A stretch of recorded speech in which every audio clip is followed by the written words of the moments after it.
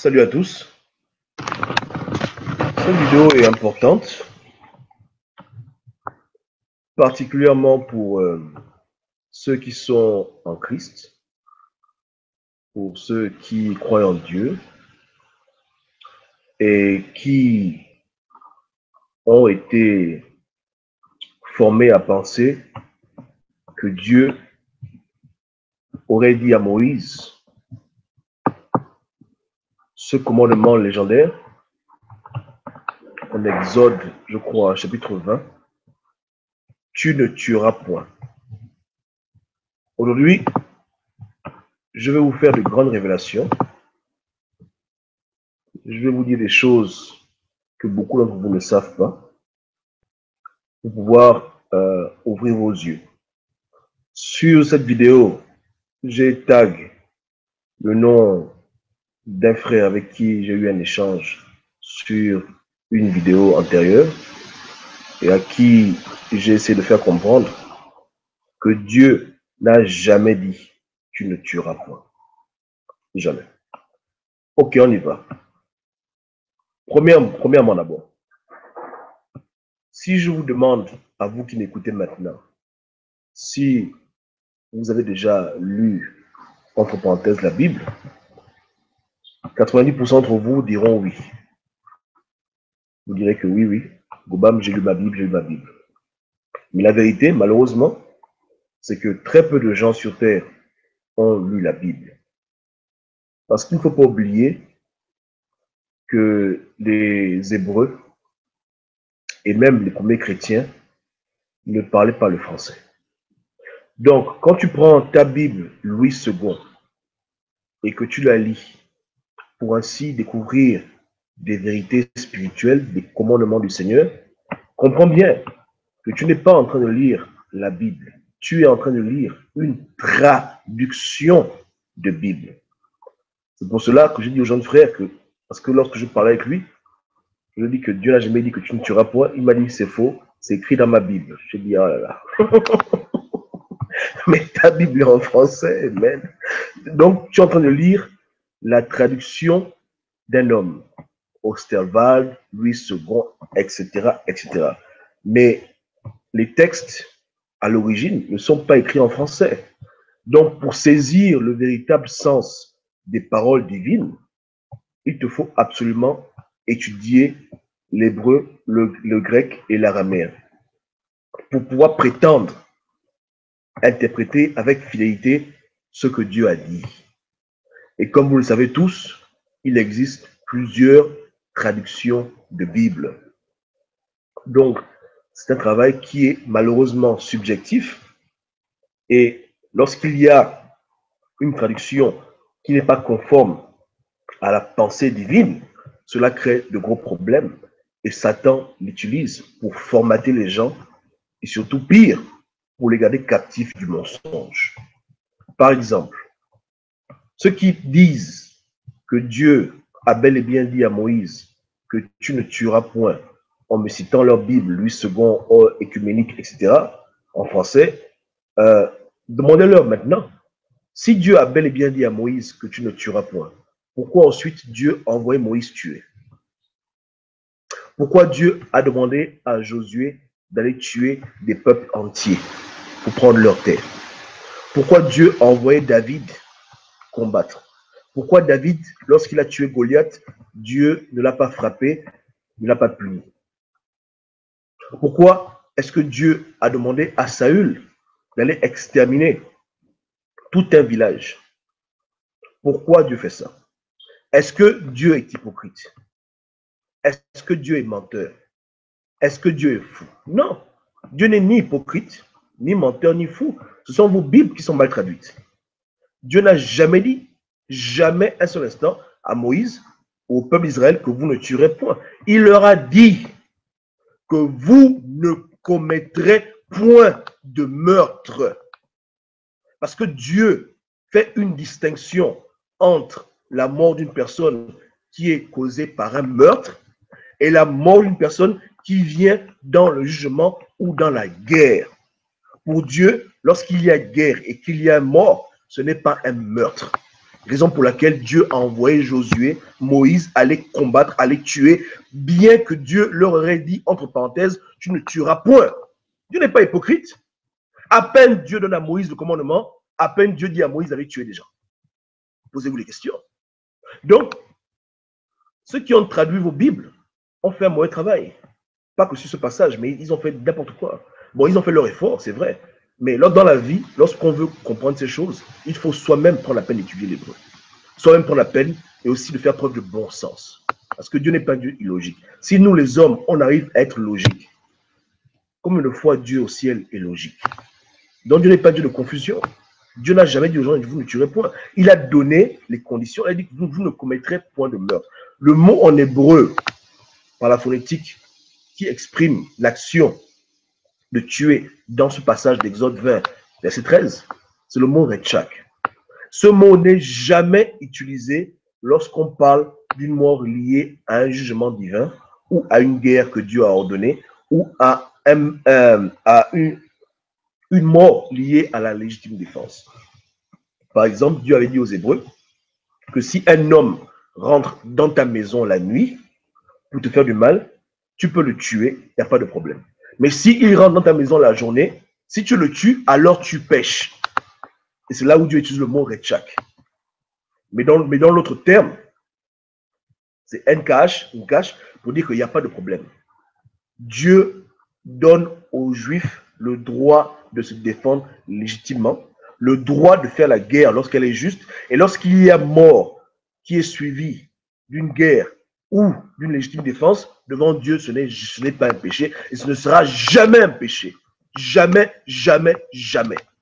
Donc, quand Ali Bongo envoie des gens dans ta maison pour prendre ta famille comme des Pokémon, si tu tues le milicien, tu ne pêches pas devant Dieu. Tu ne pêches vraiment pas devant Dieu. Si tu le butes parce qu'il est en train de vouloir tuer les tiens, tu ne pêches pas. Si dans ta tête, on t'a dit, oh, tu ne tueras point, c'est faux. Dieu n'a jamais dit ça. Lis ta Bible, tu verras. Même en français, par la simple logique, tu comprendras que ce n'est pas ce que Dieu a dit à Moïse. Ou bien, Dieu a dit à Moïse, au peuple d'Israël, qu'on veut traduire même en français, pour garder une connotation plus ou moins exacte, il a dit, tu ne commettras point de meurtre ou à la rigueur d'assassinat. Mais il n'a pas dit que tu ne tueras point. En légitime défense, si tu tues, ce n'est pas un meurtre. Dans une guerre normale, justifiée, si tu tues, ce n'est pas non plus un péché. Pas du tout. Vraiment pas du tout. Maintenant, je vais mettre un petit partage d'écran. On va montrer ces choses en détail. Donnez-moi juste une seconde.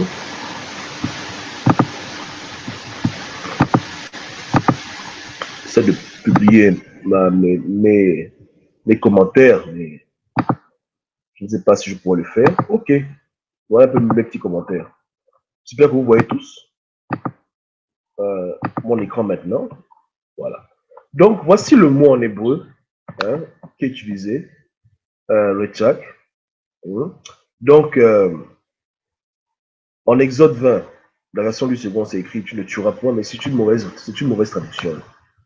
Ce mot, en hébreu, est utilisé seulement lorsque une personne tue avec des mauvaises intentions. Par exemple, lorsque tu tues quelqu'un pour de l'argent, lorsque tu es un brigand et que tu voles, tu tues, lorsque tu tues quelqu'un par jalousie, voilà. Lorsque Jézabel a fait tuer le pauvre Naboth, c'est ce verbe utilisé. Voilà. Donc, tout ce qui est meurtre illégal avec mauvaise intention, ôter la vie d'une personne sans raison, Dieu n'est pas pour ça. Mais lorsqu'il s'agit de combattre pour une cause juste et que s'il y a des morts, malheureusement, Dieu ne considère pas ces morts-là comme un péché et il n'y a pas de commandement par rapport à ça. Parce que Dieu lui-même, l'Éternel lui-même, a demandé à Moïse plusieurs fois de combattre. Et ça ne s'est pas arrêté à Moïse. Même le prophète Samuel, lorsque Saul a refusé de tuer un roi, Samuel lui-même a dû faire le travail. Il était prophète, il a pris son couteau et il dit, bon, comme tu as rendu beaucoup d'enfants sans père, toi-même, tes enfants n'auront pas de père. Je paraphrase, il a tué. Donc, Dieu n'est pas un Dieu de violence.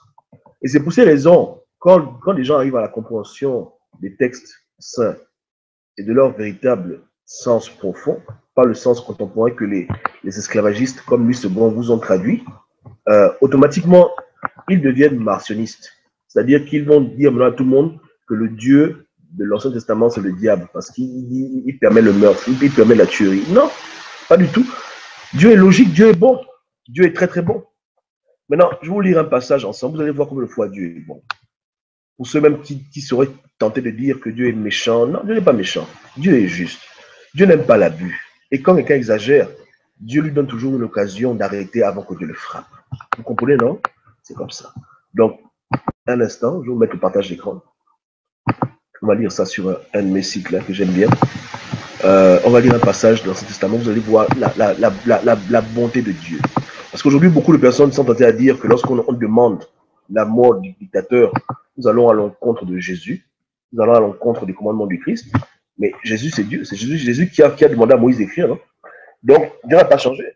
Sauf qu'il y a une époque pour tout. Si aujourd'hui Dieu nous demande de prier pour nos ennemis, c'est nos ennemis à nous. En aucun cas, Dieu nous a demandé de prier pour les gens qui sont ennemis aux autres. Est-ce que vous comprenez le problème? C'est-à-dire que dans notre combat religieux, si quelqu'un veut me tuer parce que je crois en Jésus, c'est normal. Je n'ai pas le droit de me défendre, il n'y a pas de problème. Mais si quelqu'un veut me tuer parce qu'il veut payer à sa maîtresse une voiture, qu'il a au diable, je le tue. Parce que non, la mort des chrétiens n'est pas des morts fantaisistes. Vous comprenez? Donc tout ce qui est pas anormal, inutile et stupide, Dieu ne tolère pas ça. Dieu ne tolère pas ce genre de choses. Vraiment pas du tout. Et même lorsqu'on parle de prier pour les ennemis, je vous demande à vous tous de prendre vos Bibles traduites et de me trouver un passage où Jésus a prié pour les pharisiens. Cherchez. Où Jésus a prié pour leur salut. Quand? Quel jour? Parce que être chrétien, ce n'est pas seulement lire une Bible, mais quand tu la lis, tu dois essayer de voir le caractère, le comportement de ton maître et l'imiter. Quel jour? Si vraiment Jésus était pour le salut de tous les hommes, pourquoi en Actes des Apôtres, chapitre 5, Dieu a fait tuer Hérode? Pourquoi Jésus n'a pas dit Hérode, Hérode, je vais prier pour toi, pour que tu sois converti? Pourquoi à la moindre erreur, Dieu l'a buté, comme un chien? Pourquoi Dieu a tué Anania et Saphira? Comme ça, boum boum, pour l'affaire de terrain. Les gens blaguent avec Dieu. Beaucoup de chrétiens ont mal compris l'évangile. Ils ont mal compris les paroles du Christ.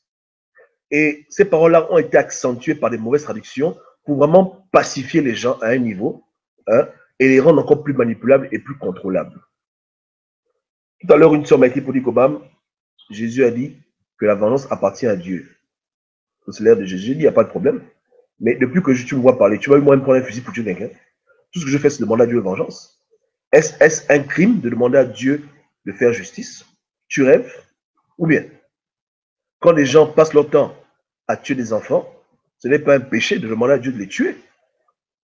C'est tout. Et même quand on le fait, on dit à Dieu, s'ils peuvent changer, tant mieux. Mais si tu as le choix entre sauver l'enfant et les buter eux, bute-les. Voilà, c'est tout. Voilà un peu. Dans Apocalypse, les morts qui ont été tués demandent à Dieu de faire justice, de se venger de leurs morts. C'est pas interdit. C'est pas interdit. C'est vraiment pas interdit. On prie tout le temps, on dit Seigneur, touche leur cœur qu'ils changent. Mais s'ils ne changent pas, bute-les. Notre prière, elle est complète. Parce que notre prière prend en considération les victimes que beaucoup de chrétiens négligent. Parce qu'aujourd'hui, les chrétiens ont été formatés pour avoir plus de compassion pour les bourreaux que pour les victimes des bourreaux. C'est qu'aujourd'hui, les gens vont plus me gazer parce qu'ils vont dire que Rogowam, tu pries pour qu'Ali Bongo meure. Mais ils ne vont jamais eux-mêmes prier pour les victimes qu'Ali Bongo a tuées. Ou pour les victimes qui s'apprêtent à tuer. Nous, on ne veut pas être comme ça, on veut être équitable, non? On estime que tout le monde a le droit de vivre. Mais si ta vie devient un danger pour la vie des autres, que Dieu te tue, il n'y a pas de problème. Que Dieu te bute. Et si j'ai l'occasion de te tuer, je te tuerai. Pas parce que je te déteste, parce que je ne t'aime pas, parce que je veux t'empêcher de faire du mal. La manière que Dieu a tué Hérode, quand Hérode voulait tuer l'apôtre Pierre, après avoir tué l'apôtre Jacques, parce que ça, peu de gens le savent, qu'il y a un apôtre qui est mort, qui a été tué sauvagement par le roi Hérode, l'apôtre James, qui a écrit les épîtres de James, bon, Jacques, James en anglais. Dieu a dit maintenant, lui là, il est fou, quoi. Dieu l'a buté. À la moindre erreur qu'il ait commise, Dieu l'a tué. Actes des Apôtres, chapitre 12, allez lire. Jésus tue, les gens prennent Jésus pour qui? Ils butent. Donc, les chrétiens sont devenus plus pacifiques que Jésus. Ils vont non au-delà du maître. Ils font des choses que Jésus même ne faisait même pas. Ce n'est pas tout le monde que Jésus prêchait l'évangile pour convertir. Il y a des gens que Jésus-Christ maudissait. Allez lire Matthieu 24. Malheur à vous, pharisiens. Malheur à vous, malheur à vous. Malédiction sur vous. Wow. C'est-à-dire que Dieu, en grec, c'est le mot katapaz. C'est-à-dire maudire quelqu'un. Jésus maudissait les gens. Il maudissait. Parce que Jésus estime que l'ennemi, c'est celui qui fait du mal par manque de connaissance. Est-ce que tu comprends? Si ce n'était pas par manque de connaissance, même le diable va au ciel. Est-ce que vous comprenez? Mais quand quelqu'un a la connaissance parfaite de ce qui est juste, de ce qui est injuste, et qui choisit délibérément de faire ce qui est injuste pour emmerder, devant Dieu, il n'a plus d'excuses, il doit être buté. Est-ce que vous comprenez? C'est pour ça que Jésus disait, priez pour vos ennemis. Il parlait des ennemis qui te font du mal dans ta vie. Pas parce qu'ils aiment ça, mais parce qu'ils ne savent pas. Ils ont peut-être été élevés par des parents mauvais, ils ont été contaminés. Bon, bref, il y a quand même un minimum de miséricorde envers eux que tu dois avoir. Parce que tu te dis que toi aussi, tu aurais pu être comme eux. Ils ne connaissent pas le Christ. Peut-être qu'ils n'ont jamais lu les Écritures. Ils sont perdus. Ils font le mal comme ça. Le jour qu'ils arrivent à l'Évangile, le jour qu'ils écoutent la vérité, ils changent automatiquement. Ça, c'est quelqu'un, par exemple, il pète sa fille, il fait les crimes rituels. Le jour qu'il entend une voix qui lui dit, écoute, tuer, ce n'est pas bon. Péder, ce n'est pas bon. Automatiquement, il comprend, il arrête parce qu'il a été exposé à la vérité. Ou bien, au moins, du moins dans son cœur, il commence à avoir des troubles parce qu'il commence à se rendre compte que ce qu'il faisait était mauvais. Donc, de telles personnes-là, Dieu demande de prier pour elles parce qu'elles sont sauvables. Tu comprends, non? Mais les personnes qui ont la connaissance parfaite du voix de Dieu, qui ont été initiées aux Écritures, qui connaissent qu'il y a un Dieu, mais qui ont décidé consciemment de ne pas le suivre, tels les pharisiens et tels aujourd'hui les francs-maçons, Jésus n'a jamais prié pour eux. Pour dire que non, venez, je vais vous convertir. Non. Pourquoi Jésus ne prie pas pour que Satan se convertisse aussi? Vous voyez, non? Mais les chrétiens de nos jours sont devenus plus zélés que le Christ lui-même. Jésus ne priait ni pour les démons, ni pour les pharisiens, ni pour le diable. Est-ce que vous comprenez? Oh non, Satan, je prie qu'un jour tu reviendras. Il pouvait le faire, non? C'est aussi le diable, aussi sa créature, puisque Dieu a créé les anges. Mais pourquoi Dieu n'a jamais cherché à les sauver? Parce que les anges étaient près de Dieu, ils avaient la connaissance parfaite de Dieu, mais ils ont quand même choisi délibérément de faire n'importe quoi. C'est comme ça. Les pharisiens étaient docteurs de la loi. Docteurs, ils connaissaient la Torah par cœur. Donc quand eux jouaient au con, là, à l'exception de quelques personnes, comme l'apôtre Paul, les Gamaliel et Nicodème, mais le reste là, ils faisaient le mal consciemment. Et Jésus leur a dit que si vous étiez aveugle, vous n'auriez pas de péché. Mais comme vous voyez, et vous dites que vous voyez, alors vous avez des péchés. Est-ce que vous comprenez? La connaissance te condamne. Elle te condamne brutalement. C'est pour ça que Dieu est très dur envers les personnes qui ont de la connaissance mais qui jouent au bandit. Même David, Dieu l'a frappé brutalement parce que David connaissait parfaitement que Dieu est contre l'adultère. Mais il a quand même commis l'adultère. Dieu a dit non, non, non. Si c'est quelqu'un qui est dans la rue là-bas, il fait ça, je le trappe. Mais toi là, non, non, tu vas subir. Et il s'est repenti brutalement. Dieu l'a secoué. C'est pour cela que dans la Torah, quand un homme commettait des péchés qu'on estimait plus ou moins conscients, pour lui, le jugement, c'était la mort. Mais lorsqu'un homme, par exemple, tuait un autre homme par accident, Dieu disait que cet homme-là pouvait s'enfuir pour éviter d'être puni. Vous voyez comment Dieu est bon et miséricordieux. Donc Dieu fait la distinction dans les morts. Il a écrit dans sa parole que si un homme, par mégarde, tue son voisin, par exemple, vous êtes au champ, et puis ta pioche tape le voisin derrière, si ton voisin meurt, que personne ne te touche, prends tes affaires et fuis dans une ville pendant 7 ans, et les gens vont te pardonner. Parce que Dieu comprend les cas de circonstanciels. Dieu est un Dieu de circonstances. Même si aujourd'hui, les satanistes veulent le faire paraître comme un fou, mais quand tu prends le temps de lire ta Bible, étudier ces choses en détail, tu verras que Dieu est un Dieu de miséricorde depuis l'Ancien Testament. Même si aujourd'hui on veut opposer l'Ancien et le Nouveau, on dit que oh, là-bas c'est bizarre et maintenant Dieu c'est Dieu de l'amour et même. Non, Dieu n'a pas changé. C'est les gens qui refusent de lire leur Bible. 90% des paroles de Jésus-Christ se retrouvent dans l'Ancien Testament. C'est vrai. Beaucoup de gens ne le savent pas, mais c'est dans l'Ancien Testament. Je vous assure. 90% de ces paroles viennent de là-bas. Quand Jésus-Christ, par exemple, vous dit que le passage légendaire, j'ai oublié. Oh là là, c'est quel passage encore? Que que aimez vos ennemis. Ce n'est pas nouveau. C'est dans l'Ancien Testament. C'est vrai. Les gens ne le savent pas. Mais le diable veut faire paraître Dieu pour un fou. Et comme il ne veut pas que les chrétiens se réveillent et commencent à refuser l'abus qu'on leur donne pour des choses futiles, hein, parce que quand on dit bon, on tue des bébés, ce n'est pas pour l'évangile, hein, il tue pour ses propres plaisirs sexuels, pour sa propre libido, pour ses propres ambitions démesurées. Ils ne veulent pas que les chrétiens se réveillent et disent ça suffit. Hein, ils veulent qu'on soit abusé, donc ils vont toujours nous dire non, non, là-bas c'est un autre monde, laissez. Non, c'est faux, c'est faux. La raison pour laquelle Jésus a voulu mettre les points sur les i, parce que les gens commençaient maintenant à exagérer. Hein? Moins de petites choses, on te tue. Moins de petites choses, on te tue. On dit, oh, tu as péché contre Dieu. Non, Dieu a dit, arrêtez ça. Les lois sont ainsi, c'est vrai, mais votre utilisation des lois n'est pas bonne. Vous faites n'importe quoi. Mais Jésus même a appliqué la Torah sur terre. Jésus a buté des gens, il les a tués. Il a appliqué la loi. Voilà. Et quand il revient dans l'Apocalypse, ce n'est pas pour donner aux gens des bonbons, c'est pour tuer. Et il tuera bien. Vous comprenez bien. Il va buter les gens bien. Donc, beaucoup de chrétiens ont une mauvaise image de Dieu. Ils ne connaissent pas Dieu. Ils connaissent juste ce qu'on leur dit de Dieu, mais eux-mêmes, ils n'ont jamais pris la peine de venir vers lui pour le découvrir. Et même lire à la rigueur. Parce qu'on dirait que non, les chrétiens tordent le sens d'écriture. Moi, je ne tords aucun sens d'écriture. Vos Bibles sont mal traduites, point barre. C'est tout. Et Dieu merci, aujourd'hui, beaucoup de traducteurs de Bible ont commencé à faire un effort de rectifier le tir. Si vous lisez les nouvelles versions de Bible, ce serait écrit dedans, tu ne commettras point de meurtre. Ce ne sera pas écrit, tu ne tueras point. Tu ne tueras point, c'est une hérésie, c'est une idiotie totale. Ça, c'est faire mentir Dieu. Ceux qui ont traduit tu ne tueras point ont rendu Dieu menteur. Vous comprenez? Ils ont rendu Dieu menteur. Dieu n'a jamais dit ça. Il a dit, tu ne commettras point de meurtre ou d'assassinat. En un mot, tu ne tueras personne avec des intentions malsaines. Mais tu tueras quand tu iras au combat, tu tueras par légitime défense, tu tueras quand je te demanderai de tuer. Voilà. Amen. Amen.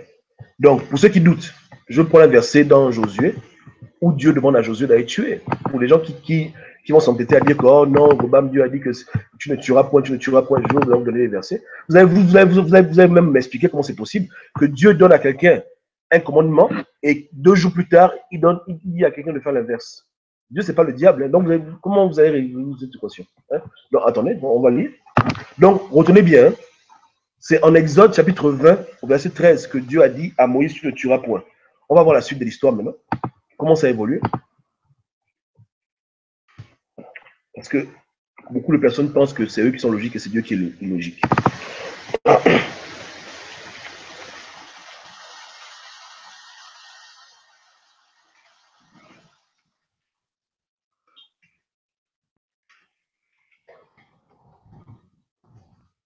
Et comme je répète, hein, 99% des chrétiens n'ont jamais eu la Bible. Ils lisent des traductions de Bible. Et sur les traductions de Bible, ils veulent faire la théologie, ils veulent faire des débats. C'est pour ça qu'ils se font toujours mal. Parce qu'ils passent à côté. Et vous savez tout de même que lorsqu'on traduit quelque chose d'une langue à l'autre, il y a toujours des pertes, c'est normal. Moi, souvent, j'écoute la télévision, j'écoute des traductions, ça me fait marrer. Je dis, mais attends, qu'est-ce qu'elle raconte? Vous comprenez? C'est comme ça. Mais quand tu parles la langue dans laquelle un film est diffusé, etc., tu vas comprendre plus que ceux qui vont voir la version traduite. C'est vrai, non? Voilà. Donc, vous comprenez ce principe-là. C'est pareil avec les Écritures. Mais c'est même pire parce que les Écritures, c'est sacré. C'est-à-dire que c'est important pour nous. Donc, vous comprenez que c'est essentiel que ceux qui veulent aller loin dans la compréhension puissent faire un minimum d'études pour pouvoir lire quand même l'hébreu à la rigueur. Sinon, ils font n'importe quoi. Et après, ils endoctrinent des peuples entiers, comme ils ont fait chez nous en terre bantou, nous empêcher de nous défendre en nous faisant croire que Dieu était contre la mort de l'oppresseur. Non. Dieu ne veut pas que tu tues quelqu'un, tu veux te tuer pour le Christ, parce que notre mort doit être une mort noble. Mais pour les idioties de franc-maçonnerie, de Rose-Croix, un connard vient, moi je le tue, et puis quoi encore? Non. On m'a pas pour n'importe quoi. Pas du tout. Non. Imaginez un peu l'apôtre Paul qui mourait parce que les brigands l'ont tué en route. Pourquoi l'apôtre Pierre avait une arme sur lui? Tout s'était armé, non? On m'a dit, mais Gobam, Dieu est contre les soldats, les militaires. Non, c'est faux. Quand Corneille s'est fait convertir, lorsque Dieu a demandé à Pierre d'aller prier pour Corneille, le soldat romain, Dieu n'a pas dit à Corneille que parce que tu es maintenant en Christ, quitte ton métier de soldat et puis machin. Non. Au contraire, Dieu était content de voir que voilà maintenant un soldat qui va craindre Dieu. Il ne cherche pas à tuer le bandit, mais s'il n'a pas le choix que de tuer le bandit, il tuera le bandit et il va rendre gloire à Jésus. Voilà, c'est tout. Vous comprenez? Lorsque Jésus, en face d'un homme qui vit une vie qui le déplaît, Jésus ne mâche pas ses mots. Il lui dit clairement, écoute, change de vie. Il a dit à la femme, à Luther, que arrête de faire ce que tu fais. Il ne l'a pas juste sauvé, il a dit que va et ne pêche plus. Mais quand il a vu Corneille, il n'a pas dit que Corneille, alléluia, tu es converti en Christ, démissionne. Il n'a pas dit ça. Il a laissé Corneille être soldat, et un soldat est appelé à tuer s'il le faut. S'il le faut. Aucun policier normal n'est policier parce qu'il veut tuer. Les policiers savent qu'il faut toujours éviter la mort, rapport au Gabon, bien sûr. Mais dans le monde entier, ils savent qu'il faut éviter ça. Et aux États-Unis aussi, ils font n'importe quoi. Donc, l'utilisation de leur arme à feu est du dernier recours. Et même quand ils l'utilisent, ce n'est pas pour te tuer, c'est pour te neutraliser. Si tu meurs, c'est un concours de circonstances. Parce que les lois des hommes, à l'origine, se basaient sur la Torah, sur les 10 commandements. C'est de là que dérivent toutes les constitutions de la terre entière. Vous comprenez? Donc, parce qu'à l'époque, dans les traductions anciennes, c'était un peu plus fidèlement traduit. Et beaucoup de gens à l'époque étaient bilingues, trilingues, ils comprenaient ces langues-là. Ils avaient aussi l'étude de l'histoire biblique, ils comprenaient la pensée de Dieu, que beaucoup de chrétiens ne comprennent plus. Beaucoup de chrétiens lisent la Bible, mais ils ne sont pas dans la pensée de Dieu. Donc, sans plus tarder, je vais vous lire un passage rapidement, une seconde.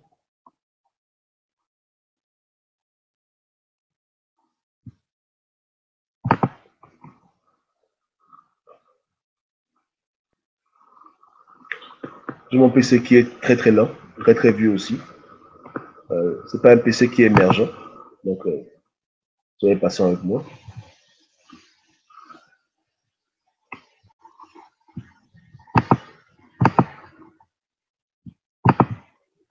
La page a vraiment du mal à télécharger.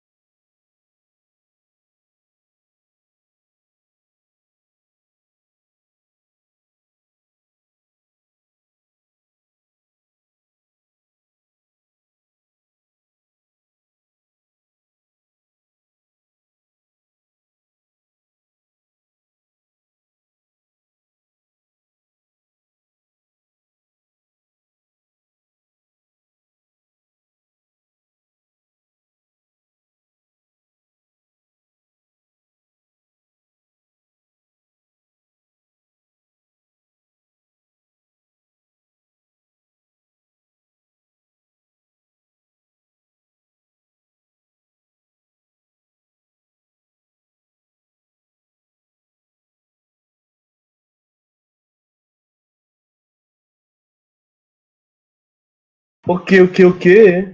Voici le passage de... Bon, donc on récapitule. Hein.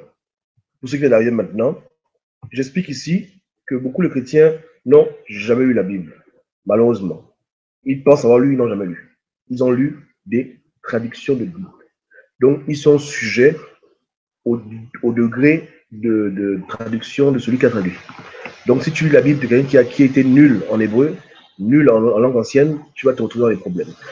Malheureusement, pour les esclavagistes catholiques et protestants, les Bibles qu'on a lues avant, à l'époque, étaient des Bibles très mal traduites, en particulier sur des points essentiels. Donc, Dieu n'a jamais dit à quelqu'un, tu ne tueras point. Dieu a dit, tu ne commettras point de meurtre ni d'assassinat. C'est-à-dire que tu ne tueras pas avec de mauvaises intentions. Mais dans le cadre de tuer, Dieu n'a pas inclus la tuerie qui vient lorsqu'il y a une guerre, du camp de Dieu, bien sûr, ou lorsqu'on tue pour donner un jugement comme la peine capitale. Donc, Dieu fait une distinction, et en hébreu, ce n'est pas le même mot qui est utilisé pour les deux cas de figure. Ok? Donc, c'est Dieu lui fait une distinction, mais les hommes, eux, ils font la paella et ils veulent se convaincre de leur hérésie et mélangent tout. Ils veulent devenir plus justes que Dieu. Ils veulent s'élever au-dessus de Dieu et vouloir prendre Dieu pour un imbécile et c'est eux qui connaissent tout, alors qu'ils ne connaissent rien du tout. Donc, en Exode chapitre 20, verset 13, Dieu donne à Moïse les commandements.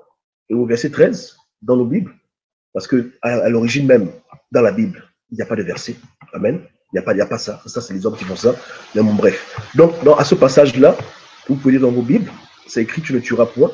Mais par la suite, Dieu demande maintenant à Moïse et à Josué de tuer. Donc, on va lire. Donc, bien après, hein, voilà. Donc, Josué était le disciple de Moïse. Ils sont arrivés à la terre promise. Et qu'est-ce que Dieu demande à Josué de faire? Lisons ensemble. Donc, je mets l'écran. Vous allez lire ensemble. Hein. Voilà. Donc, vous allez comprendre que Dieu n'est pas un Dieu hypocrite. C'est les gens qui s'embrouillent eux-mêmes et qui comprennent mal les Écritures. Et Josué, chapitre 6, verset 21-27. Et ils c'est les Josué, hein, les Hébreux, les Bantous. Ils dévorèrent par interdit au fil de l'épée tous ceux qui étaient dans la ville, hommes et femmes, enfants et vieillards, jusqu'aux bœufs et aux brebis aux ânes. Josué dit aux deux hommes qui avaient exploré le pays, entrez dans la maison de la prostituée et faites sortir cette femme et tout ce qui lui appartient, comme vous l'avez juré. Donc là, on parle de Réhab, la prostituée, parce que là, ils sont à Jéricho, vous voyez, non? Donc, quand les murs de Jéricho sont tombés, Dieu a dit, butez-les tous. Butez-les tous, tout le monde exterminé.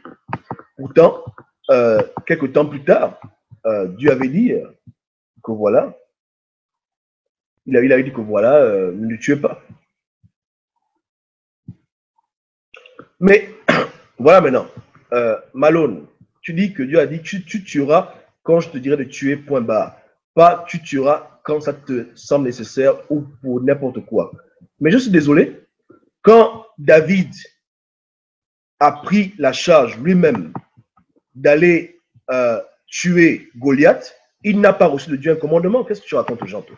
Ou bien, celui qui est animé de l'Esprit de Dieu n'a pas besoin d'une vision, hein, n'a pas besoin d'une apparition de Dieu pour comprendre ce qu'il doit faire. David n'a reçu de Dieu aucun commandement.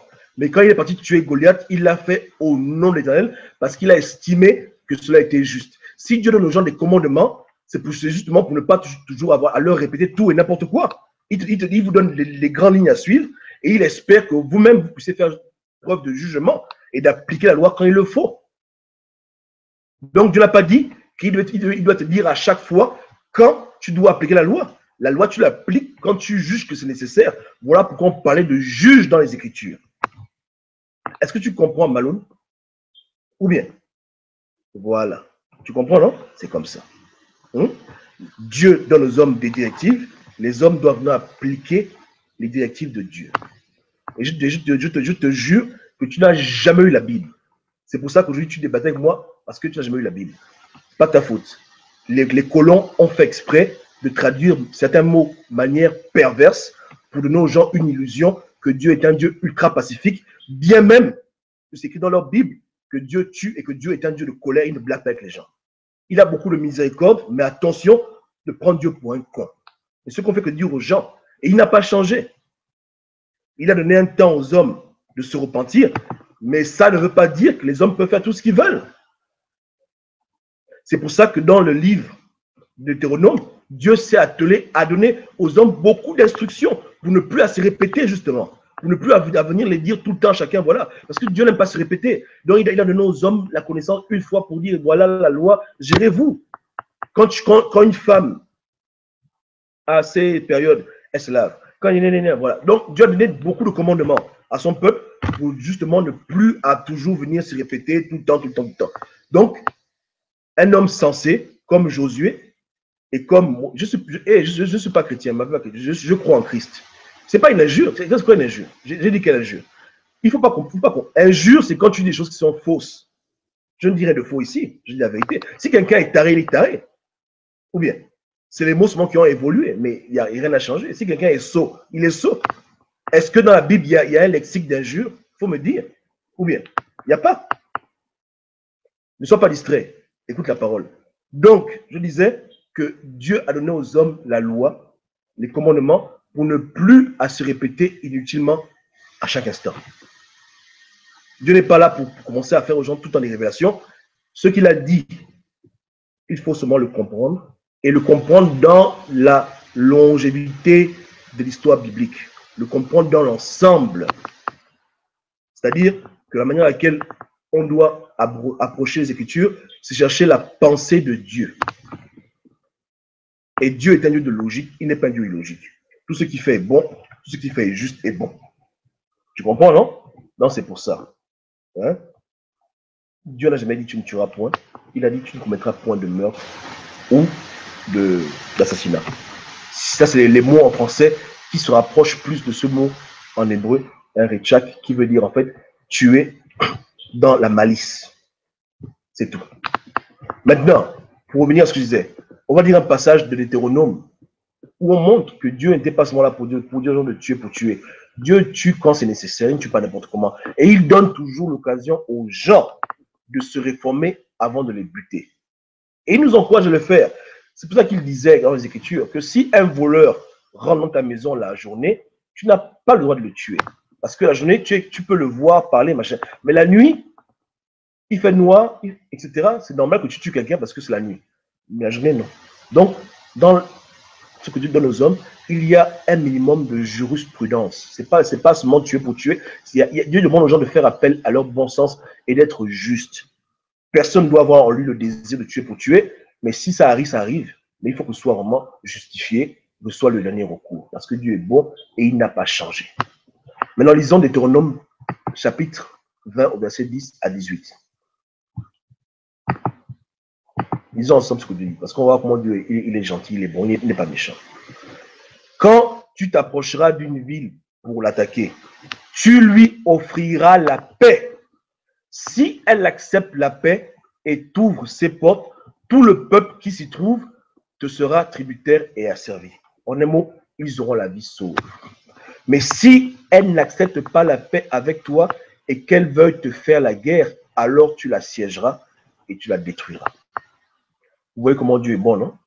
On ne fait que dire aux gens comme Ali Bongo, aux enfants de perdition comme lui, que Ali Bongo, arrête de tuer les Gabonais. Arrête de faire du mal. Arrête de faire tes crimes rituels. Stoppez vos bêtises. Il ne comprend pas. Il est têtu. Vous comprenez?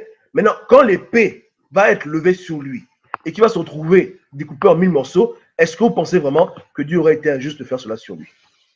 Parce que Dieu peut utiliser des hommes pour le tuer, ou Dieu peut le tuer lui-même. Rien n'est exclu. Mais quand ça va lui arriver, est-ce que quelqu'un sera surpris ici? Vous comprenez? Donc, c'est ça qui se passe. Un exemple simple. Si je suis dans ma maison, j'ai ma nièce qui est avec moi, et Ali Bongo rentre dans ma maison, il veut prendre ma nièce pour la sodomiser, et je le tape, et en le tapant, je le tue. Ce n'est pas un meurtre devant Dieu. Dieu va me demander les comptes. Si je laisse un homme sodomiser un enfant en ma présence, soi-disant parce que Dieu a dit que tu ne tueras point. Non, papa. Non, c'est pas ça, c'est pas le christianisme que les colons, les maîtres esclavagistes m'ont enseigné. Hein. Moi, je suis pas dedans. Je te tue. Si pour te stopper, le seul moyen c'est de te tuer, tu vas mourir. Et je n'ai désobéi à aucun commandement. Vraiment, aucun. Ta mort est sur ta propre tête. Pas question de te laisser faire du mal à un enfant et puis dire que je fais le chapelet et pendant ce temps tu es en train d'abuser l'enfant, je dis que oh, Dieu a dit laisse-toi faire. Non! Satan profite toujours des incompréhensions bibliques pour faire son carnage. De la même manière que le diable est venu tenter le Christ en utilisant les passages de la Bible pour le faire pécher contre Dieu, aujourd'hui le diable utilise les Écritures pour manipuler les cerveaux des gens et les abuser sans qu'ils bronchent. Non, non, non et non. C'est dommage que tout ce que le Christ a fait, comme l'évangile de Marc nous dit, n'a pas pu être écrit. Mais il n'y a pas, je n'imagine pas un Jésus être là assis, et puis Pilate vient, il tue les enfants devant Jésus. Jésus qui a dit lui-même que gardez-vous de faire du mal à ces petits. Il aurait même fallu pour vous ne pas naître que de faire du mal à ces petits. Donc Jésus ne blaguait pas avec ça. Je dis bien, c'est dommage. Si même il y avait des passages qui parlaient de comment Jésus a tué des gens parce que les gens tuaient les enfants, ces passages-là ont souvent été enlevés, bien censurés. Mais Jésus était dans la protection de l'enfant. Vous comprenez? Vraiment. Parce que les enfants, on estime qu'ils ne peuvent pas prier pour eux-mêmes. Ils sont encore vulnérables. Un adulte qu'on tue, c'est triste. Mais l'adulte qui est en Christ, Dieu le protège. Donc, il a quand même un choix de venir à Jésus pour être protégé. Mais l'enfant n'a pas de choix. L'enfant, il est dans une famille. On peut l'abuser. Qu'est-ce qu'il va dire? Qu'est-ce qu'il va faire? Vous comprenez le problème, non? Donc, c'est comme ça. Donc, Jésus n'est pas en train d'admirer comment quelqu'un tue un enfant et puis tu dis que tu ne veux pas agir parce que tu es chrétien. Tu es fou. Ça c'est le cas du bon samaritain. C'est-à-dire que de temps en temps, quand on veut trop suivre la lettre, on perd l'humanité qu'on a en Christ, on devient comme des pharisiens, on n'arrive plus bien à réfléchir. Un prêtre voit un homme sur la route qui a du sang, parce qu'il va au temple, il ne veut pas se salir, il laisse l'homme mourir. Mais un païen vient, il voit l'homme qui a le sang, il le prend, il le lave, il le soigne. Et Jésus dit que c'est le païen, le samaritain qui a été justifié devant Dieu. C'est pareil. Dieu te dit que tu ne tueras point. Voilà la raison pour laquelle tu vois un enfant qui se fait abuser par quelqu'un et tu ne veux pas réagir. Tu es fou. Ça va pas dans ta tête. D'abord, premièrement, Dieu ne t'a jamais dit que tu ne tueras point. Numéro 2, comment tu peux laisser le mal se passer et tu ne fais rien? Franchement. Tu comprends? C'est comme ça. Mais après, l'enfant qu'on a pédé, tu vas aller lui parler de l'évangile pour dire que non, donne ta vie à Jésus. Mais pendant qu'on l'abusait sexuellement, tu es en train de le regarder, tu disais que non, il faut prier pour celui qui t'abuse. Mon petit, prie pour lui. Il te sodomise, mais prie pour lui. Voilà les chrétiens. Ça, c'est le diable qui a fait ça aux chrétiens. Le diable a rendu les chrétiens bêtes. Vous comprenez, hein? C'est comme ça. Donc, si vous êtes réellement animé de l'Esprit de Dieu, comprenez bien que Dieu aujourd'hui se manifeste et que Dieu n'est pas pour les abus. Dieu est contre la pédophilie, il est contre l'inceste, il est contre la sodomie, il est contre les crimes mutuels, il est contre les gens qui font du mal, vraiment. Et si tu défends quelqu'un, et si par mégarde, celui que tu combats meurt, c'est pas grave. Ce n'est pas un péché, ce ne sera jamais un péché. Ok? Jamais. Jamais, jamais, jamais. Ce ne sera jamais un péché. Donc, Dieu vous bénisse. J'espère maintenant que vous comprenez que pour certains sujets bibliques, il faut absolument aller au-delà de ce qu'on nous présente parce que souvent la théologie, c'est comme des plats surgelés. Mais il ne faut pas faire confiance aux gens. J'encourage vous tous à faire vos recherches. Même moi qui vous parle, n'écoutez pas. Allez faire vos recherches. Allez faire vos recherches et vous-même voyez que si ce que je dis est vrai ou faux. Donc, cherchez à vous procurer une Bible en hébreu avec un dictionnaire, faites vos recherches et vous verrez vous-même. Comme vous êtes des êtres logiques, créés à l'image de Dieu, vous allez comprendre que Dieu aussi est logique, que Dieu n'est pas un fou. Vous dire aux gens une chose, vous pouvez demander de faire le contraire après. Vous comprenez, non? Voilà. Donc, Dieu fait la distinction dans la mort d'un homme. Quand Dieu tue un homme, ce n'est pas un péché. Et quand tu tues quelqu'un par défense ou par justice, vraiment, devant Dieu, ce n'est pas aussi un péché. Vous comprenez? Mais c'est des choses qui sont délicates et il faut vraiment que ce soit justifié. Mais Dieu juge des circonstances, donc légitime défense, elle est autorisée. Tu comprends? Tu as le droit de prendre ton fusil et tuer ton agresseur. Voilà. À part, bien sûr, si celui qui te tue parce que tu es chrétien. Parce que lorsqu'on te tue parce que tu es chrétien, en fait, c'est pas toi qu'on tue, on tue Jésus en toi. Et comme on est un maître, on doit suivre son exemple, voilà. Tu as souhaité, hein? Mais à part ça, à part le cas de la religion, si quelqu'un veut te faire du mal, tu dois te défendre et tu dois défendre les plus faibles. C'est comme ça. Tu comprends? Voilà. Donc Dieu n'est pas devenu tout à coup pacifiste. Samson s'est battu, David s'est battu, Saul s'est battu, Samuel s'est battu, Moïse s'est battu, Jésus s'est battu, et puis tout à coup, boum, Dieu est devenu pacifique. Non. Dieu est devenu pacifique là, à vos yeux, à cause de l'esclavage. Il fallait bien justifier l'esclavage. Il fallait bien justifier l'esclavage des Noirs. Voilà pourquoi ils ont traduit les Bibles mal comme ça. Voilà. Les protestants sont venus avec leur hérésie. Eux, ils tuent les catholiques, mais ils vous disent à vous, esclaves, de vous laisser faire. Laissez-vous faire. Les catholiques vont faire des croisades, mais vous, on vous dit non, acceptez votre souffrance. Vous voyez, non? Même dans la religion, on ne passe le temps qu'à vous abuser, vous, peuple bantou. Voilà. Donc, Malon dit que c'est délicat. En tout cas, pour moi, ce n'est pas salutaire. Il n'y a pas de problème. Mais le jour où tu seras confronté à une situation où tu dois aider quelqu'un dans le besoin, ne joue pas les peureux, hein, bats-toi et aide l'enfant qui souffre.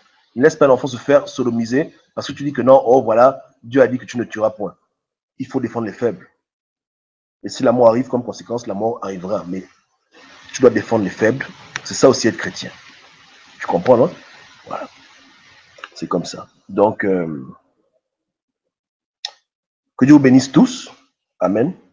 Et si au Gabon, il y a un Josué, je pense qu'il sait maintenant ce qu'il reste à faire. Ok? Voilà. Mais bien sûr, tu dis que tu vas aider sans tuer Malone. Il n'y a pas de problème. Mais il y a des cas de figure où malheureusement, l'usage de la force, il n'y a que ça à faire. tu vois. C'est-à-dire que souvent, l'ennemi qui t'attaque ne donne pas beaucoup le choix. Tu es obligé de riposter pour le neutraliser, tu vois. C'est comme ça. Ça c'est un peu la règle d'or. La règle d'or. C'est possible de faire ça, mais c'est très difficile. Hein.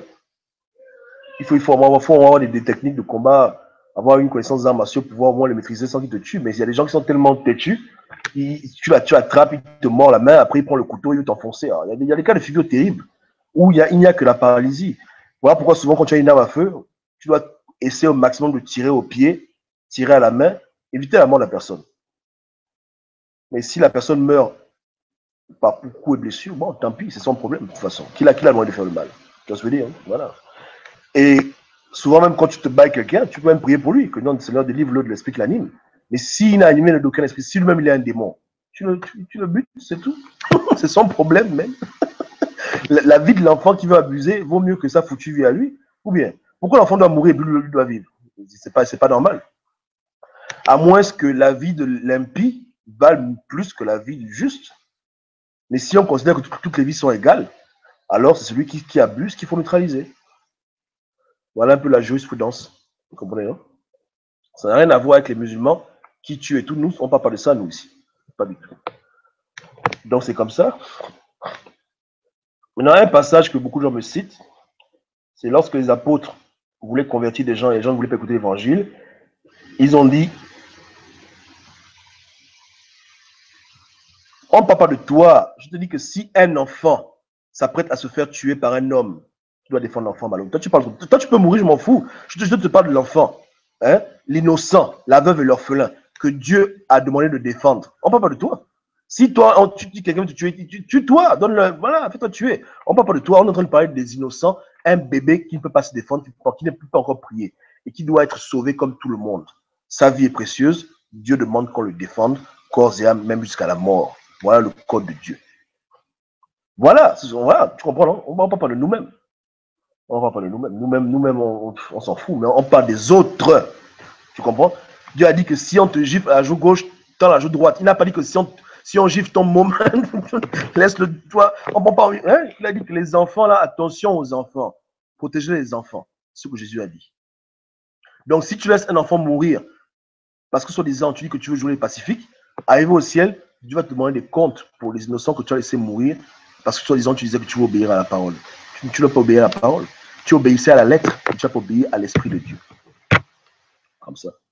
Donc, voilà un peu. Maintenant, je disais rapidement hein, qu'on m'a souvent dit que voilà, Jésus est contre ça parce que lorsque les apôtres voulaient convertir des gens, ils ont dit aux gens ils ont dit au Seigneur, Seigneur, pouvons-nous prier pour que le feu tombe du ciel pour tuer ces gens? Dieu a dit non, ne savez-vous pas de quel esprit vous êtes animé? Donc, ce passage-là, tout le monde le balance, vous dit que voilà, oh, c'est voilà.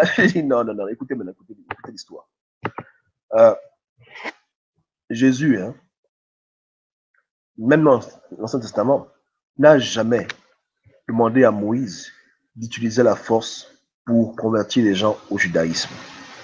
Dans ce que Dieu n'a pas fait à l'époque, pourquoi il va le faire maintenant?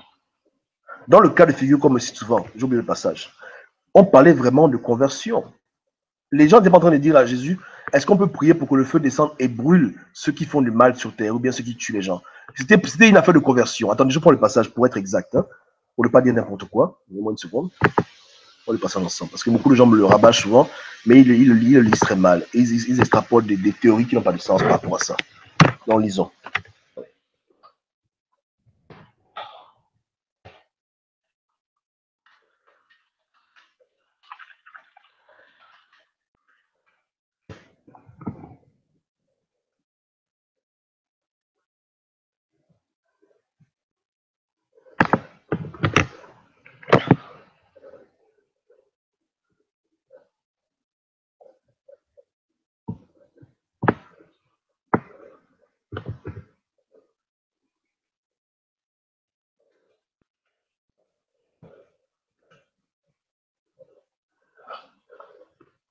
Bon, je trouve le verset, mais on va un peu lire ce qui est avant et après. Parce que c'est aussi un danger, ceux qui lisent, ils ne lisent pas tout. Ils prennent des petits passages, après ils commencent à extrapoler. Et ça crée des doctrines erronées. Donc, lisons ensemble.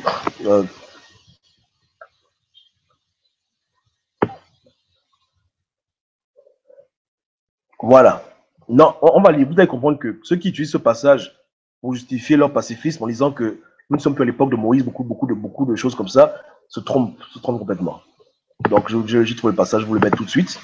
C'est dans Luc, Évangile de Saint Luc, verset 50-54, chapitre 11. On va lire ensemble, vous allez voir vous-même la supercherie de beaucoup de personnes qui utilisent ce passage dans leur argumentaire pour me faire comprendre que non, Gobam, c'est fini, Dieu est contre ça, parce que en fait, ils lisent quoi? Vous allez comprendre, vous allez comprendre.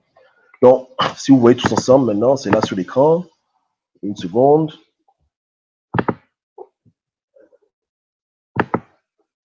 Ok, ok. Donc, lisons ensemble. Hein. Ne l'empêchez pas, lui répondit Jésus, car qui n'est pas contre vous est pour vous. Lorsque le temps où il devait être enlevé du monde approcha, Jésus prit la résolution de se rendre à Jérusalem. Il envoya devant lui des messagers qui se mirent en route et entrèrent dans des bourgs de Samaritains pour lui préparer un logement. Mais on ne les reçut pas parce qu'ils se dirigeaient sur Jérusalem. Les disciples, Jacques et Jean, voyant cela, lui dirent, Seigneur, veux-tu que nous commandions le feu de descendre du ciel et les consume? On va lire jusqu'au verset 59, je crois, pour que vous puissiez mieux comprendre. Hein. Donc, je récapitule rapidement pour ceux qui écoutent maintenant.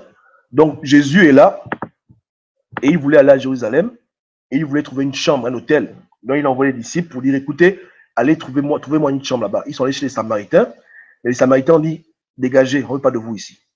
Et à cause de cela, offensés, apparemment, Jacques et Jean ont dit à Jésus, est-ce qu'on peut les brûler là? Est-ce qu'on peut prier pour que le feu tombe sur eux? Et Jésus a répondu, mais vous aussi, même vous-même. Jésus a dit, non. Jésus a dit, écoute, Jésus se tourna vers eux et les réprimanda, disant, vous ne savez pas de quel esprit vous êtes animés? Voilà. Car le Fils de l'homme est venu, non pour perdre les âmes des hommes, mais pour les sauver. Et ils allèrent dans un haut bourg. Ce passage-là est très, très puissant. Vous allez comprendre pourquoi. Il y avait un prophète à l'époque qu'on appelait le prophète Élie. Et quand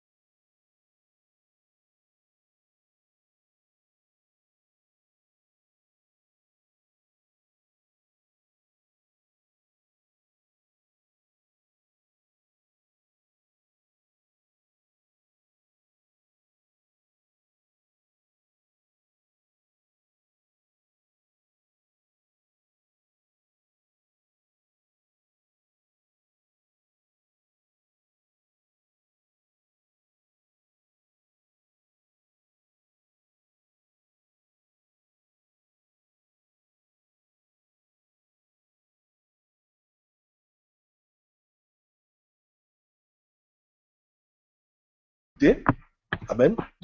Je disais que dans les temps anciens, hein, que ce soit Moïse, Samuel, Daniel, Josué, tous ces hommes de Dieu qui étaient remplis de l'Esprit Saint, même David, ils n'ont jamais utilisé la puissance que Dieu leur donnait à des fins personnelles, ou bien par vengeance, ou bien parce qu'ils étaient fâchés. Rarement. Les apôtres sont frustrés parce que des hommes, des Samaritains, leur ont refusé une chambre. Et à cause de ce refus d'avoir une chambre, ils ont voulu les tuer. Est-ce que c'est même normal de faire ce genre de choses? Jésus a dit, mais arrêtez, c'est pas bon de faire ça. Donc, ce n'était pas un cas où il y a des gens qui pèdent un enfant et puis ils disent à Jésus, Jésus, est-ce qu'on peut prier pour que Dieu tue les pédeurs? Non. Là, ça c'est un cas vraiment qui n'est pas bien. Ça, Attends, quelqu'un te refuse de donner sa chambre, tu vas non le tuer.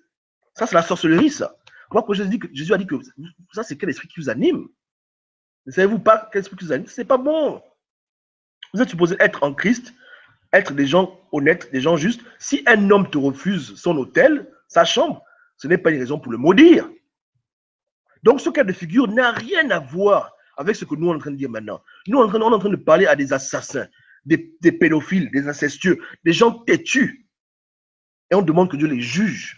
On n'est pas en train de dire que voilà, Ali Bongo me doit 1000 euros, comme il me doit 1000 euros, que je le tue. C'est ce qu'on n'est pas en train de dire ça ici. Vous comprenez, hein? Ou bien voilà, j'étais au Gabon, les émergents n'ont pas voulu me donner une chambre d'hôtel, donc Dieu les tue, que le feu tombe sur eux. C'est exactement ce que Jacques et Jean ont dit à Jésus, en termes contemporains. On leur a refusé une chambre pour le Christ, et ils ont voulu faire la force pour forcer les gens à les obéir. Dieu a dit non, arrêtez de faire ça. Parce que Jésus avait une pensée déjà au départ amicable pour les Samaritains. Il voyait que les Samaritains étaient des gens qui étaient perdus, mais qui avaient un bon fond, puisqu'il utilise des paraboles en parlant des Samaritains. Mais je suis convaincu que si c'était un cas de figure où les enfants étaient agressés et que les apôtres auraient voulu réagir pour frapper les gens qui faisaient le mal, Dieu aurait dû laisser. La preuve, quand l'apôtre Paul était en face du roi Agrippa et que cet idiot de Bar Jésus est en train de fatiguer Paul, Paul l'a rendu aveugle. Tu comprends? Est-ce que Paul est moins un, Paul pourrait le faire tuer. Paul a dit, écoute, j'en ai marre de toi. C'est quoi ton problème? Tu seras aveugle pendant un temps. Et Paul a frappé de l'aveuglement. Ok? Vous comprenez? Mais avant que Paul fasse cela, est-ce que vous pouviez imaginer qu'un apôtre pouvait faire ce genre de choses? Vous ne pouvez pas imaginer. Donc, Dieu n'est pas seulement un Dieu d'écriture, Dieu est un Dieu de circonstances. Dieu applique les choses quand il faut, comme il faut. Jésus est venu pour sauver les hommes, mais c'est le même Jésus-là qui a fait buter le roi Hérode parce qu'il estimait qu'Hérode va au-delà de ce qu'il est permis de faire. Est-ce que vous comprenez? Lisons maintenant Actes des Apôtres, chapitre 12, pour ceux qui doutent trop. Ça, c'est Jésus que vous voyez comme un bisounours. Voilà, il est venu pour sauver les hommes, mais pas tout le monde, n'importe comment. Dieu a des limites. Et on ne cesse de répéter ça à vos dirigeants, que Dieu a des limites, que la grâce de Dieu ne vous fasse pas croire que Dieu est un idiot. Dieu n'est pas un idiot. Vous comprenez? Jésus n'est pas un taré. Jésus a des limites. Et il va frapper. Et Jésus-Christ tue. Jésus-Christ tue, il bute.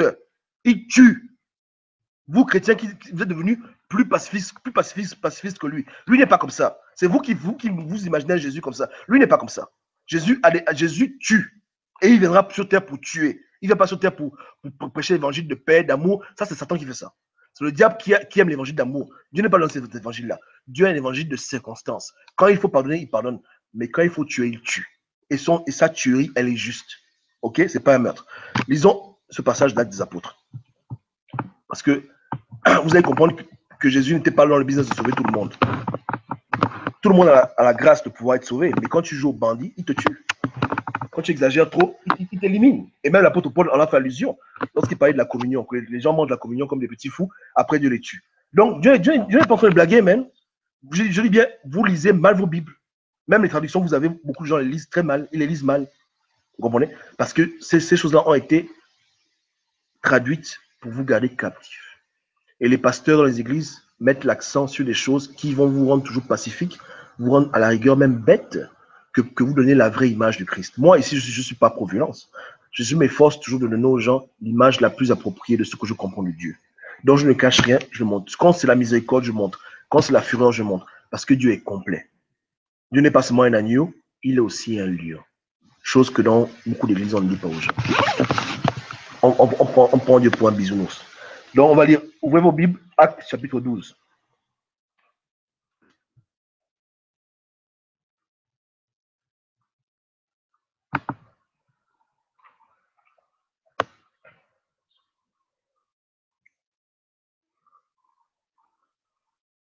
Donc, je vous donne un peu l'histoire derrière Actes chapitre 12.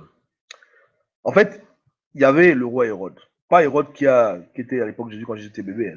C'est son fils, apparemment. Donc, ce roi-là, un vrai bandit.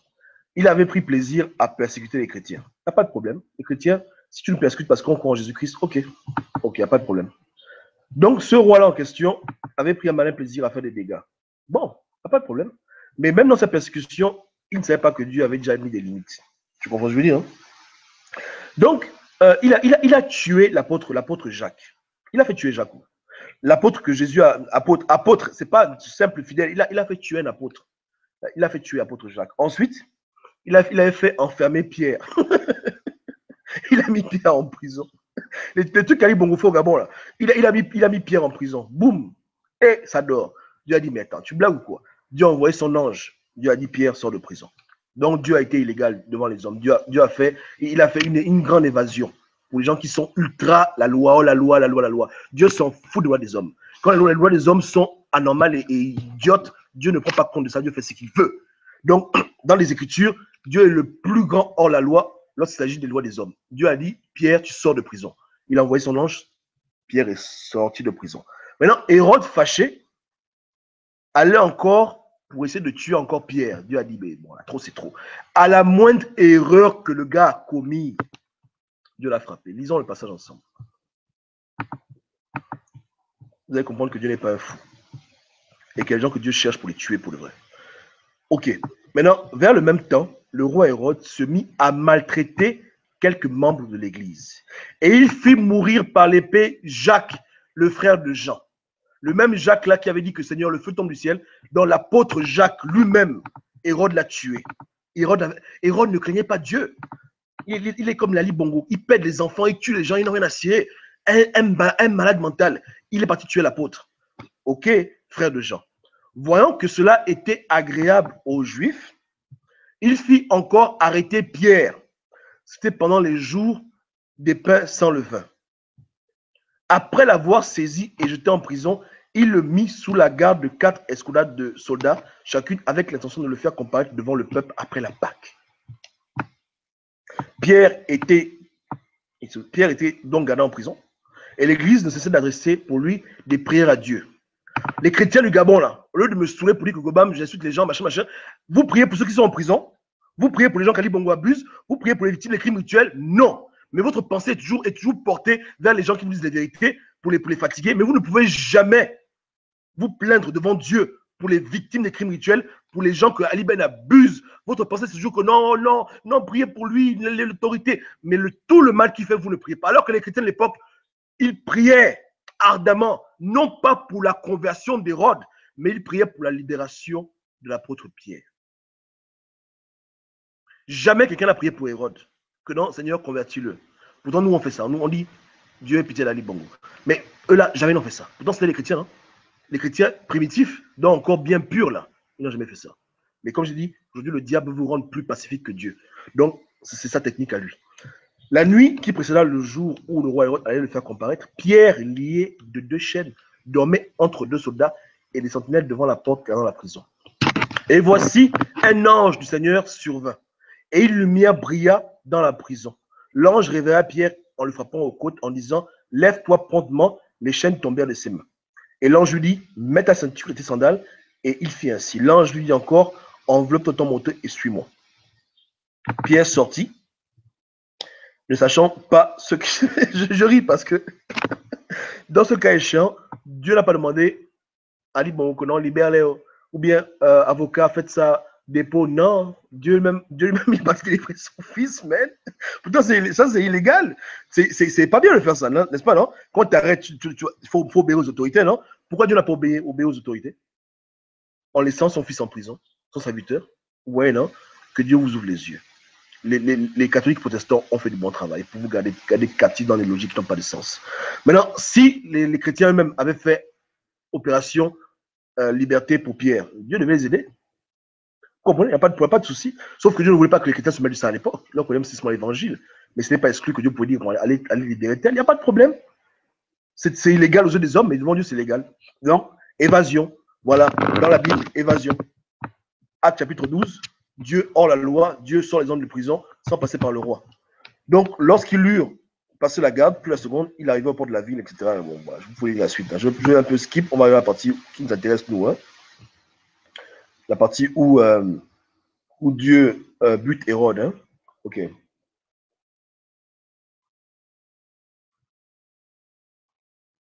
Ok. À un jour fixé, Et au chapitre 21, verset 21 du moins, Hérode revêtit de ses habits royaux et assis sur son trône les haragua publiquement. Et le peuple s'écria, voix d'un Dieu et non d'un homme. Et au même instant, un ange du Seigneur le frappa parce qu'il n'avait pas donné gloire à Dieu. Et il expira rongé de verre. On appelle ça des excuses. Vous pensez vraiment qu'en Israël, là, Hérode était le seul qui ne rendait pas gloire à Dieu? Ou bien, mais pourquoi Dieu l'a frappé à la moindre occasion que Dieu a eue? Parce que Dieu le cherchait pour le tuer. Jésus avait pour lui des intentions de meurtre. Il voulait le buter pour le vrai. Vous comprenez? Bon, tu pas meurtre, mais il voulait le tuer parce qu'il en avait marre de lui. Il dit, mais jusqu'à quand tu vas continuer de tuer mes enfants? Tu as tué l'apôtre Jacques, ça dort. Tu as mis Pierre en prison, ça dort. Et tu t'apprêtes encore à aller attraper Pierre pour le tuer? Non, non, non, non. Allez, dès qu'il a péché là, Dieu l'a tué. Je vous garantis qu'en Israël, Hérode n'était pas le seul qui ne rendait pas gloire à Dieu.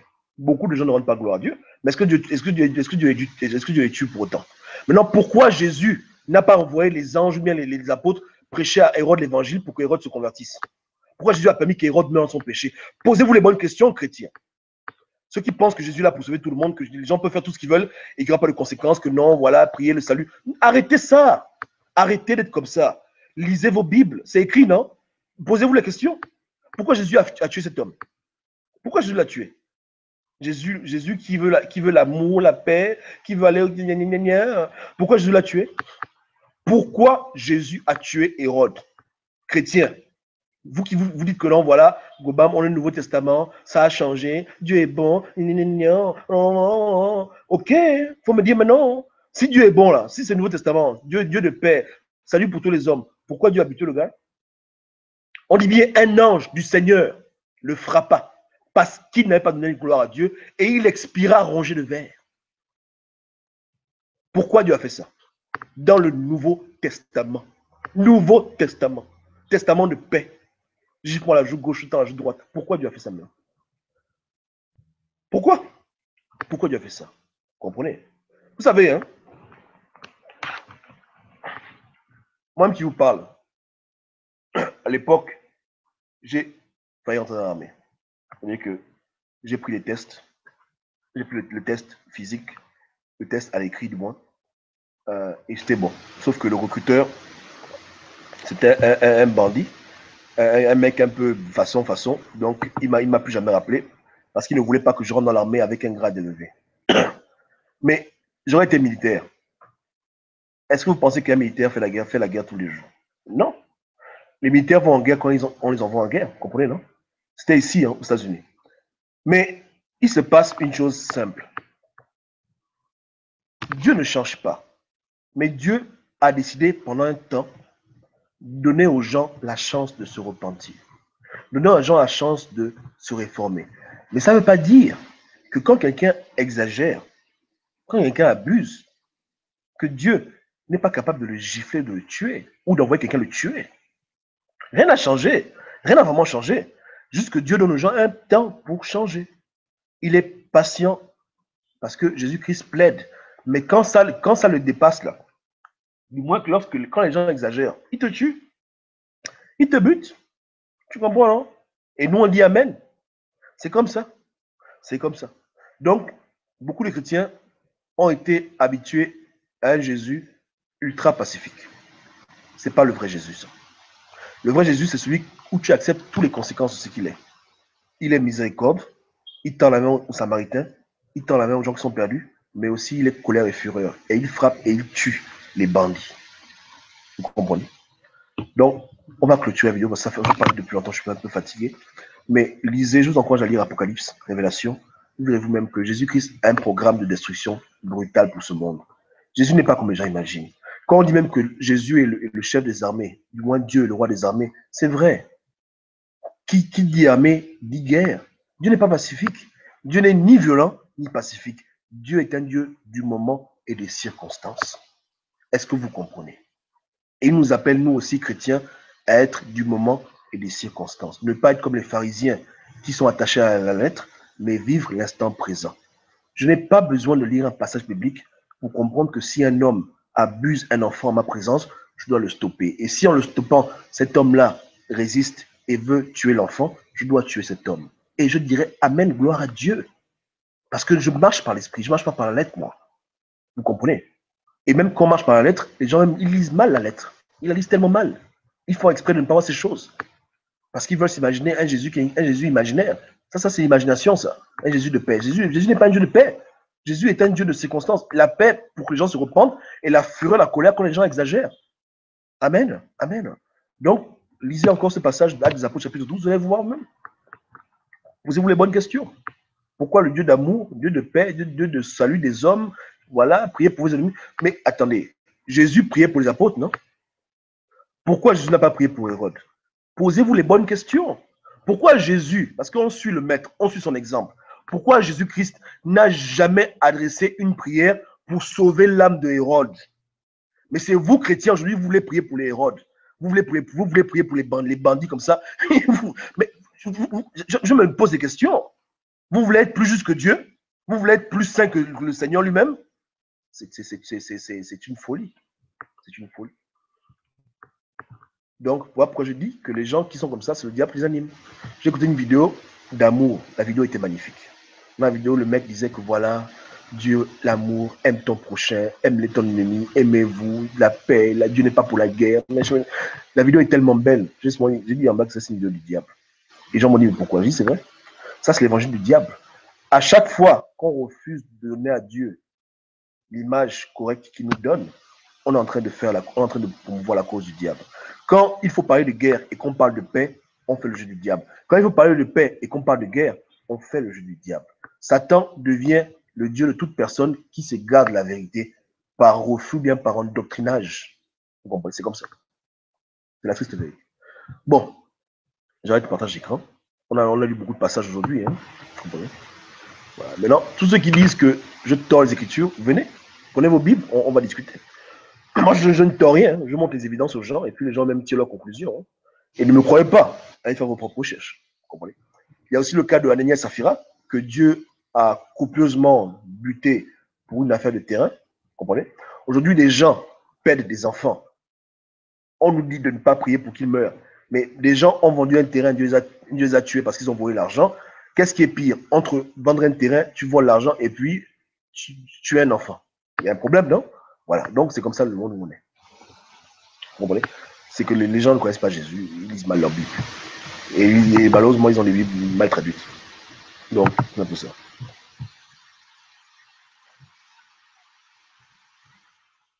Donc, un peu le message. Dieu n'a pas de limite, il a marqué des limites pour nous. Amen, c'est vrai. Amen. Jésus, homme, n'a tué personne, Dieu fait ce qu'il veut. Jésus, homme, n'a tué personne. Jésus n'est pas Jésus, homme. Jésus est Jésus. Il n'y a pas de Jésus, homme. Jésus, c'est Jésus, non? C'est quoi ça fait de Jésus, homme? Jésus, c'est Jésus. Quand Jésus est revenu à la vie, là, c'était pas un homme. Attends, un homme a un corps, non? Il a dit quoi à Thomas? Touche ma main, mets ta main, voilà. Est-ce qu'il a dit à Thomas, mais il a dit aux apôtres, mais est-ce qu'un fantôme mange et boit? C'était un homme, Jésus c'est un homme. Mais Jésus homme n'a tué personne. Et il revient avec son corps pour tuer les gens. Tu le verras tuer. Maintenant, tu verras Jésus homme tuer. C'est pas l'Esprit Saint qui va tuer. Hein. Quand les gens meurent, tu vas voir Jésus lui-même tuer les gens. Amen. Amen. Non, par contre, on n'est pas là. On n'a pas la foi des hommes en Dieu. Donc, on fait ce qu'on veut, mais on se soumet à Dieu.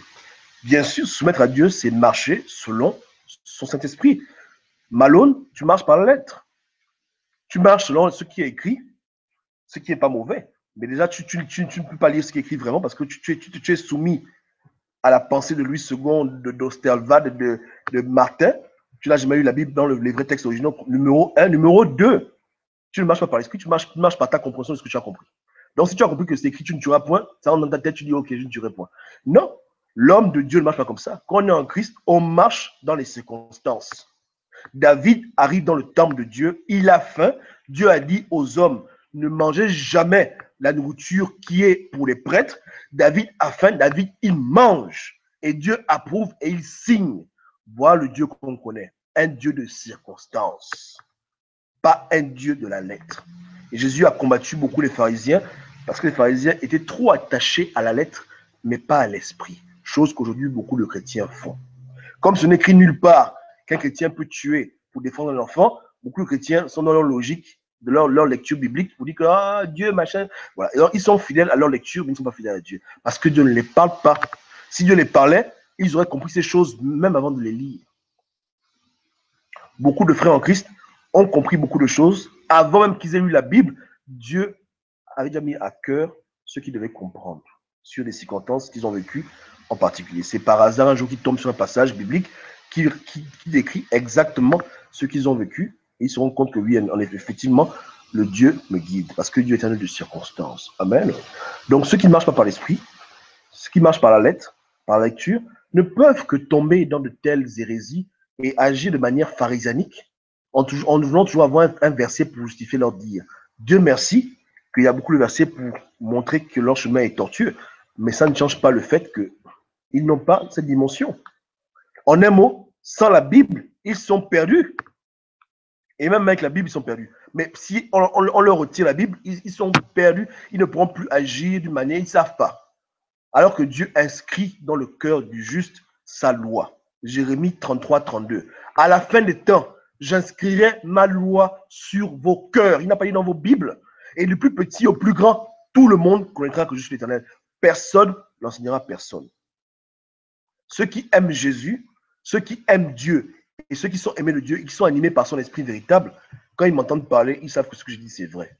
Ils n'ont même pas besoin de lire la Bible pour comprendre ce que je dis. Ça coule de source. Et malheureusement, beaucoup ne sont même pas dans les églises, beaucoup ne sont même pas chrétiens attitrés. Mais Dieu parle dans leur cœur. Ils comprennent ce que je dis. Ils comprennent clairement ce que je dis maintenant. Tu comprends? C'est comme ça. Beaucoup, hein, ils écoutent, ils disent, voilà, c'est vrai. Parce que la parole de Dieu, elle résonne dans l'esprit des enfants de Dieu. Mais chez les pharisiens modernes, elle ne résonne pas. Il faut faire de longues études bibliques pour les convaincre. Donc, si même on peut les convaincre, comprenez, non? Donc, soyez tous bénis.